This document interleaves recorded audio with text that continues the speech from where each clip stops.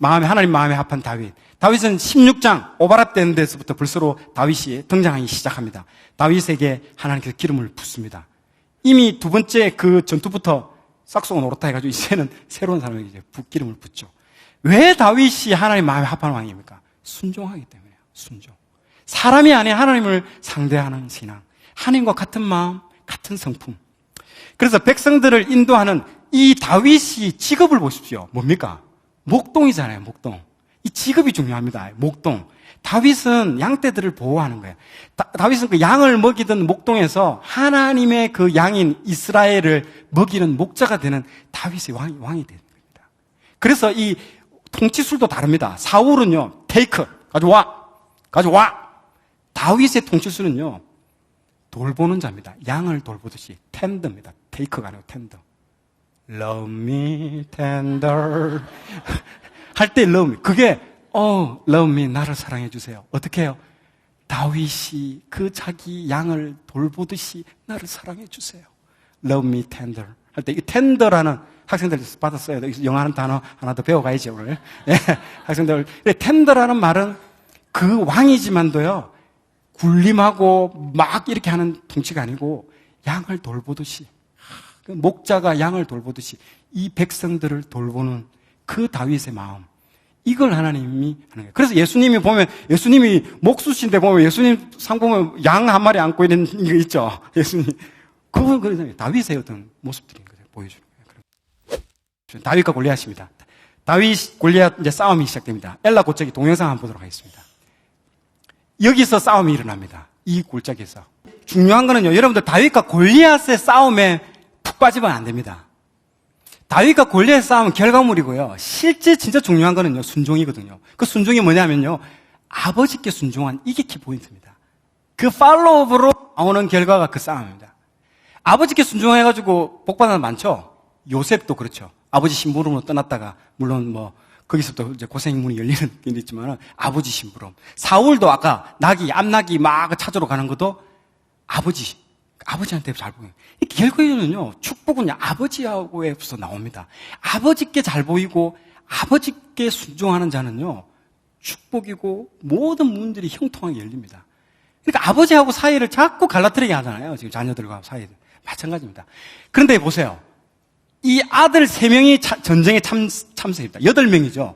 8명의 아들이 있는데 3명은 전쟁에 참전했습니다. 4명의 형이 있는데 아버지 이새가 다윗의 집에 있는 형들을 부르지 않고 베들레헴 저 들판에서 양치고 있는 다윗을 불러가지고 너 가서 심부름해라고 보내는 거예요. 아버지, 형님들 집에서 놀고 있는 형님들 좀 보내면 되지. 왜 지금 나한테 보냅니까? 나를 왜 보냅니까? 그런 말 안 했다는 거죠. 근데 뭘 준 건 줄 압니까? 곡식 한 에바, 12대짜리 곡식. 그리고 빵 10덩어리. 그리고 치즈 10덩어리를. 무겁습니다. 그리고 그거를요, 60리입니다. 지도 한번 보여주십시오. 60리 길입니다. 즉, 베들레헴에서 저기까지 가는 데가 엘라 골짜기 60리, 즉 24km입니다. 그 3개의 짐을 들고 다윗이 걸어가는 거예요. 묵묵히 그냥. 아버지 심부름이니까. 아버지께 순종한다고. 다윗이 왜 형들에게 안 시키고 다윗한테 시켰을까요? 다윗이 순종하니까. 나머지 애들 하면 불평 터지고 난리 날 겁니다. 안 시키죠? 다윗한테 시킨 겁니다. 그게. 아버지에게 순종하니까 이 다윗이 일평생 잘한 게 요겁니다. 이게 예수. 그래서 그 결과로 격파를 하는 거죠. 이길 수 있었던 부분들도 여기서부터 출발입니다. 아버지께 순종한 이 여기서부터의 중요한 겁니다. 사울이 골리앗과 싸우는데 지원병이 한 명도 없어요. 아무도 안 나와. 한 명 나오는 거 보니까 애거든. 조그만 애거든. 사울도 자기가 자식 키우잖아요. 야, 안 되겠다. 그냥 가라. 안 된다. 이러니까. 자, 보십시오. 미리 준비된 인재죠. 딱 다윗이 주의 종이 사자와 곰도 쳤은즉 살아계시는 하나님의 군대를 모욕한 이 할례 받지 않는 블레셋 사람이니까 그가 그 짐승의 하나와 같이 되리이다 하면서 나를 보내달라고 얘기를 하죠. 먼저 뭘 줍니까? 갑옷을 주죠. 갑옷 주고, 칼 주고 이러니까, 이 옷 입고 보니까 이게 싸우지는 못할 정도죠. 이렇게 만약에 나갔다가는 골리앗이 와가지고 목 딱 잡아가지고 올려가지고 목 졸라서 그냥 바로 그냥 한 주먹감이죠. 그냥 죽던 겁니다. 이렇게. 딱 벗어버리죠. 자기 것으로 싸우는 거죠. 시냇가에 이제 차돌 딱 3개를 들고 출발합니다. 여기 보니까 문맷돌이 있죠. 그래서 하나님은요, 하나님의 그 일을 할 때에, 예? 것으로 합니다. 자기 것을. 내한테 없는 것들을 시키는 게 아니고 우리에게 있는 것으로 하나님 역사하십니다. 예, 모세도 보십시오. 자기가 가진 것은 빈 막대기 하나밖에 없었습니다. 근데 그 빈 막대기를 홍해로 딱 치니까 홍해가 갈라지지 않습니까? 없는 거 가지고 이게 하나님 뭐 하라고 안 했습니다. 예? 그리스도인들이 요즘 보면 이제 하는 일들이 보면 소명의 삶을 살아갈 때 요즘 그리스도마저도 예수 믿는 사람들도 뭔가 돈이 없어서 못합니다. 뭐 사업도 그렇고 뭐 내한테 돈이 있어야 되는데 뭔가 있어야 하나님이 일을 한다고 착각하는 경우가 많은데요. 내한테 있는 거 그것이 마른 막대기 하나라도 차돌 5개라도 그것 가지고 내가 주님을 위해서 살려고 할 때 주님은 그것 가지고 우리를 통해서 역사를 이루시는 분입니다. 아멘. 예, 골리앗이 이제 그렇게 쓰러지게 됩니다.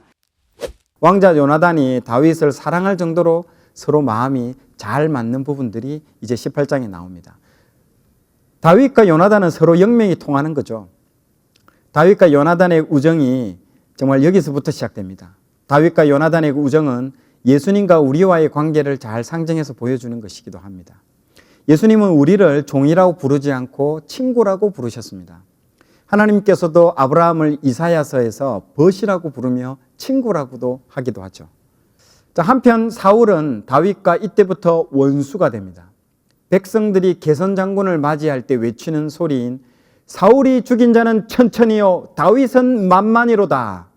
이 말을 듣고 마음에 다윗에 대한 시기심과 질투심이 이제 나오기 시작합니다. 이때부터 사울의 박해와 다윗의 그 도피 생활이 이제 시작되는 것이죠.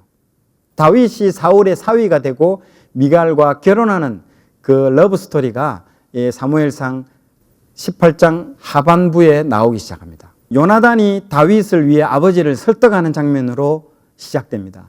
요나단은 아버지에게 다윗을 죽이지 말라고 계속 설득을 합니다. 그러나 사울이 다시 악신이 들려서 다윗에게 창을 던지는 사건이 나오게 됩니다. 간신히 다윗은 피하게 됩니다. 그리고 자객들을 보내서 다시 다윗을 죽이라고 이 사울은 명령을 내립니다. 아내 미갈이 그것을 알고 자기 집에 찾아온 자객을 피해서 다윗을 지금 그림과 같이 막 도망치게 합니다. 막 밧줄을 내려서 몰래 도망치게 해서 그 다윗의 생명을 살리게 하는 거죠. 어떻게 보면 참 미갈도 자기 친정아버지가 자기 남편, 즉 사위를 지금 죽이는 이런 장면들이 정말 나오는데요. 정말 가슴 아픈 장면이 아닐 수 없습니다.